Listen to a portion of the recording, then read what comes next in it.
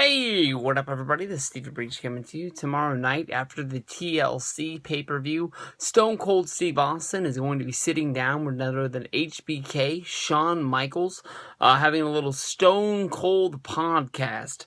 After the Survivor Series, WWE tried a good gimmick because of the Undertaker week, running an episode of Breaking Ground. This is where I first fell behind on Breaking Ground and sort of making it not must-see first-run television to me. The Stone Cold podcast, honestly, in my mind, is one of my favorite specials that is run on the WWE Network, whether if it's Stone Cold Steve Austin doing the podcast, whether if it's just Chris Jericho. The sit-down, actually able to see him live, asking the questions, going back and forth, is a very good hook for me. But not a very good hook on a Sunday night.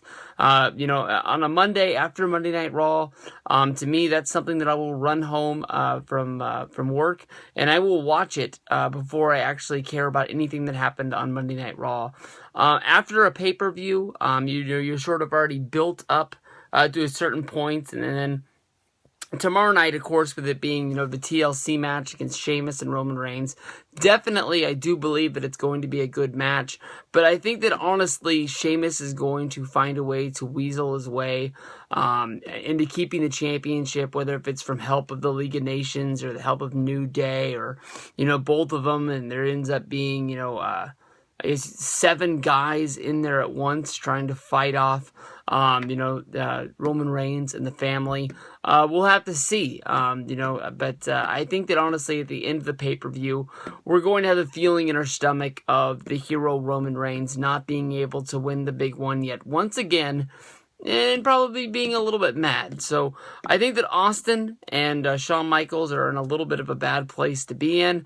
Definitely this is a show that I will check out, whether if it's on the WWE Network or I wait and listen to it on, the Stone Cold podcast on iTunes. I will say that if you go back into the archives, you can find Stone Cold Steve Austin talking to Shawn Michaels on what I believe is one of his very first interviews, when the show was just not that good. I mean, it was fun. It was a good show. I remember the hook for me was being able to actually listen to Stone Cold Steve Austin talk.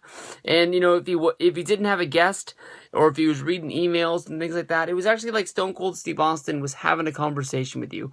And because of the fact that I'm a big Stone Cold Steve Austin fan, and we don't get to see him on Monday Night Raw, just hearing his voice in a very weird way was very good. But when he would sit down and do these interviews like he did with the one with Shawn Michaels, probably, I guess that would be 3 years ago, Austin's been doing this podcast.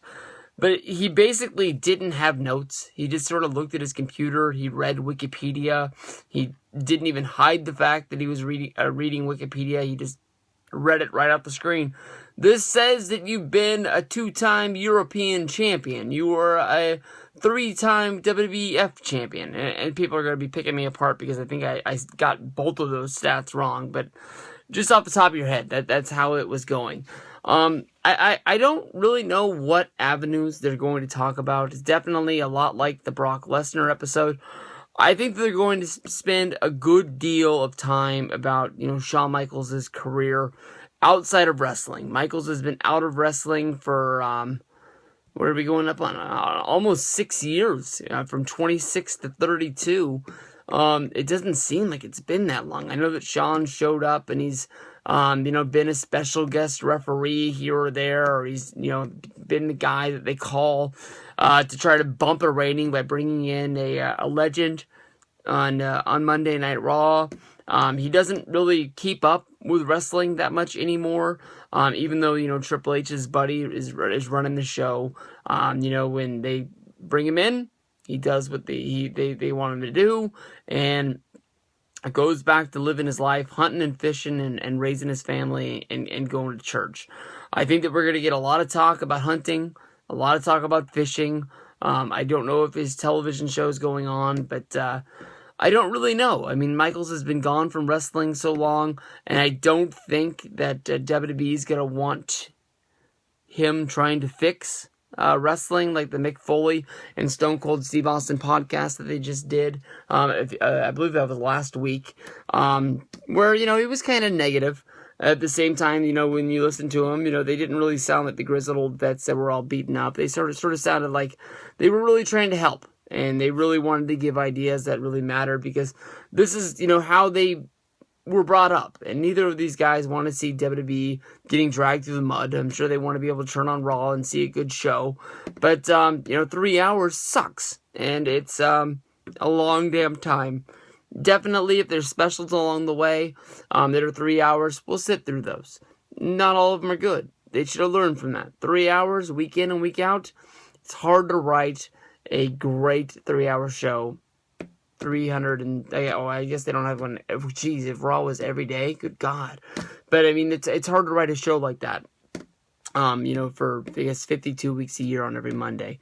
But Austin and Michaels had the big match at WrestleMania 14. I've always thought it was a good match. When Austin talks about it, he always says that the match is the drizzling shits.